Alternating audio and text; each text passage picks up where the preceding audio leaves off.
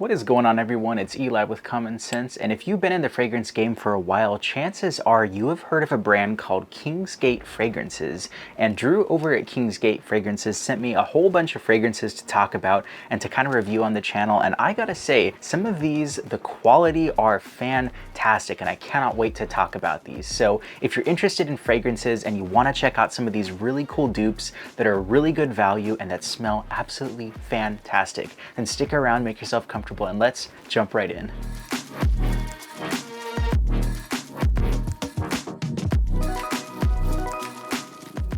Welcome everyone, again I'm Eli with Common Sense. Thank you so much for joining me, and today we're talking about 7 fragrances from the house of Kingsgate Fragrances. If you're interested in checking out any of these fragrances, I'll leave a link down in the description, and you can even use the code Common Sense if you want to save some extra money. So you can support the channel and also get some really hidden gem banger fragrances with that discount code. Now real quickly about Kingsgate Fragrances, they are based out of Atlanta, Georgia.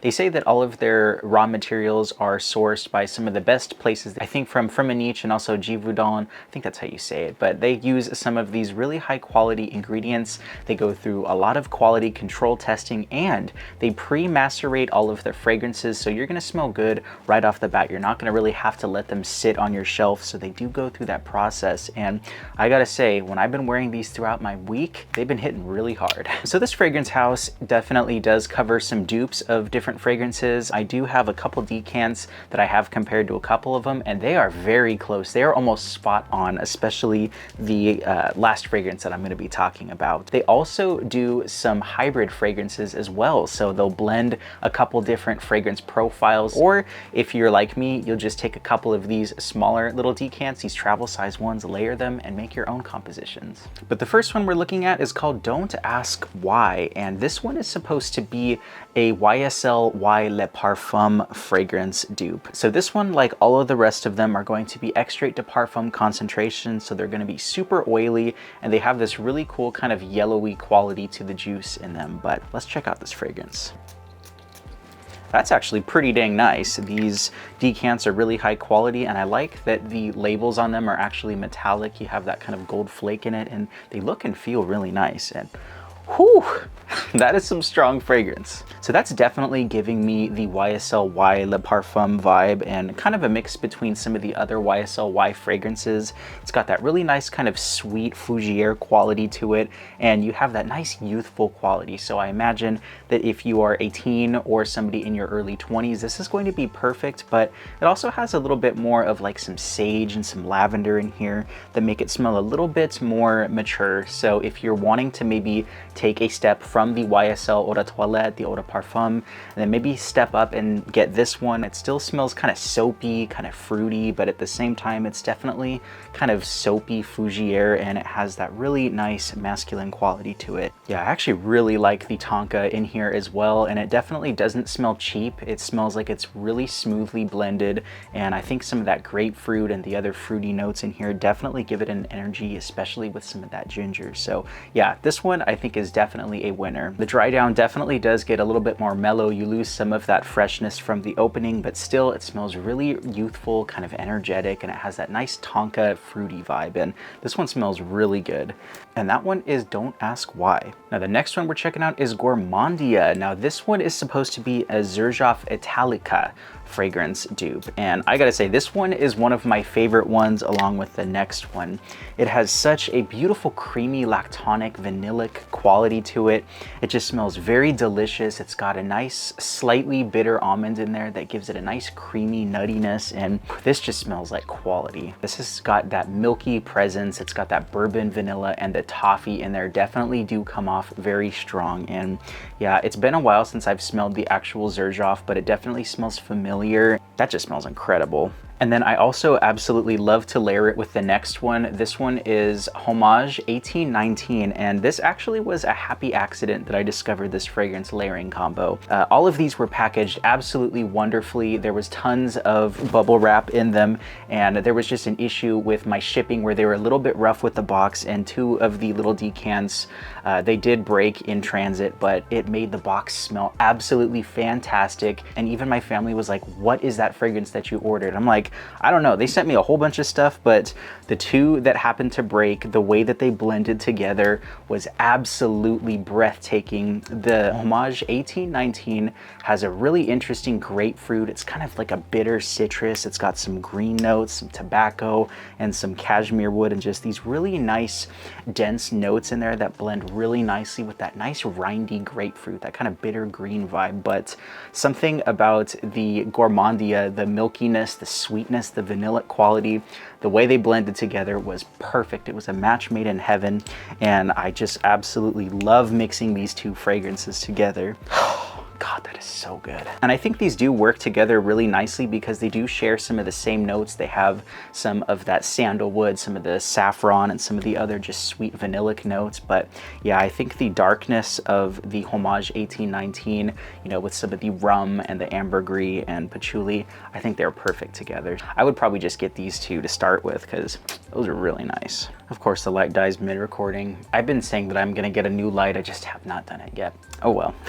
This next one we're looking at is Cloud 9, and this one is supposed to be a xerjoff mefisto twist, and that one is also a really nice classical DNA. This one is no exception. You have that really nice grapefruit, the bergamot, and the lemon up top, so it is a citrus blast. But I think the lavender and the kind of soapy qualities in here make it smell really mature, a little bit feminine leaning almost, but still unisex. But I think the musks and some of the very natural smelling notes in here make it definitely smell more mature. So I think if you're in your 30s or your 40s, you can definitely pull this off. Or if you maybe want to go to a interview and you want to just conduct yourself a little bit more maturely, then I think this is a good option. Yeah, this also has a really nice rose petal in here combined with the iris, and it's very floral and delicate. It smells so soapy and just luxurious, just very juicy and not like super sweet and in your face. This is more of a delicate fragrance. Yeah, in the dry down, you definitely lose a little bit of that floral vibe, but it still definitely smells really creamy, musky, and you have some of that nice amber and that kind of cedar wood in there. So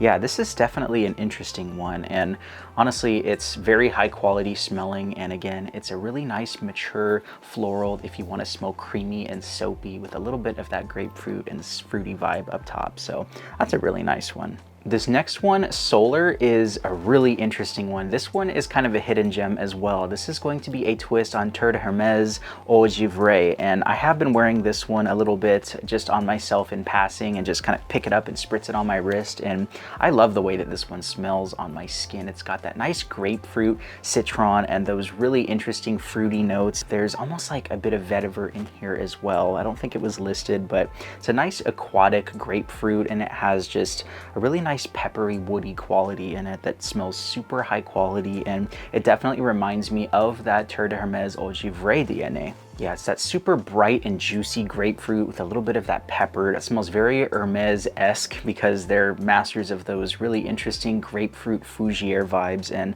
this definitely has that signature grapefruit. Kind of powdery, floral, but at the same time, it's very easy to wear, and this is a perfect summer fragrance if you want something refreshing and just really natural smelling. And that's something I've noticed with all of these. They're not super synthetic, they're just very well blended, and they smell fantastic. If you're a grapefruit lover and you love citruses, check out Solar because this one's really good. Now the next one is Nocturnal, and this one is also super high quality. In fact, this one's probably in my top 4 out of all of these fragrances here. This one is a really interesting mango ginger up top, and it's going to be a twist on God of Fire. So that really cool blue snake fragrance that you've probably seen on fragrance Instagram or just anywhere online. It's a really great fragrance, and this definitely captures that vibe. And I feel like it's a little bit less sweet in the opening, but it still has that essence, and it smells very, very nice in the dry down. Yeah, again, you have that really interesting mango. You have kind of a soapy berry quality to it and a nice waxiness from the jasmine, and it's just a beautiful floral quality, and it does not smell super headache inducing. The original God of Fire, when I tried it on skin, it was a little bit cloying, at least to me, but I don't really get that with this one. It's still a really strong citrus in the opening from the ginger and that lemon, but yeah, this isn't too overbearing. I definitely think I'm gonna get a full bottle of this stuff for sure. That stuff is kind of mind-blowing. And lastly, we're checking out Louis XVI, and this is going to be a twist on Creed Absolu Aventus. And I gotta say, these two are very similar in the dry down. There's some subtle differences in the opening, but yeah, when I smelled these side by side in the dry down, I actually had to write down which was which because they were so close. So here is the 30 ml bottle, and this is actually a really good size, especially if you like collecting, because it makes you kind of go through your rotations a little bit and appreciate the fragrance. So that's just my personal opinion. Yeah, super strong atomizer with a nice wide blast of fragrance. And man, this entire air around me just smells like absolute Aventus. It is crazy. So I definitely get the same vibes as the original Creed Aventus. There are some differences. I feel like it's just a tad bit darker and it's a little bit more powdery and slightly more fougere. So I almost feel like there's a tad bit of like a lavender in here or a geranium. So it's a little bit more floral, and I think the vetiver and some of the peppers are a little bit ramped up in this. And yeah, it still shares that Creed Aventus vibe, but it's again just a little bit darker and a little bit more tamed, if that makes sense. That grapefruit is a really nice addition in the opening to that original Creed Aventus DNA, but yeah, it still has that nice black currant in there. It's got some of those aquatic woody tones and some of that nice ambergris vibe, but maybe toned down a little bit less in this one, you know, because it's slightly less musky, but it still smells really close to that Aventus Absolu.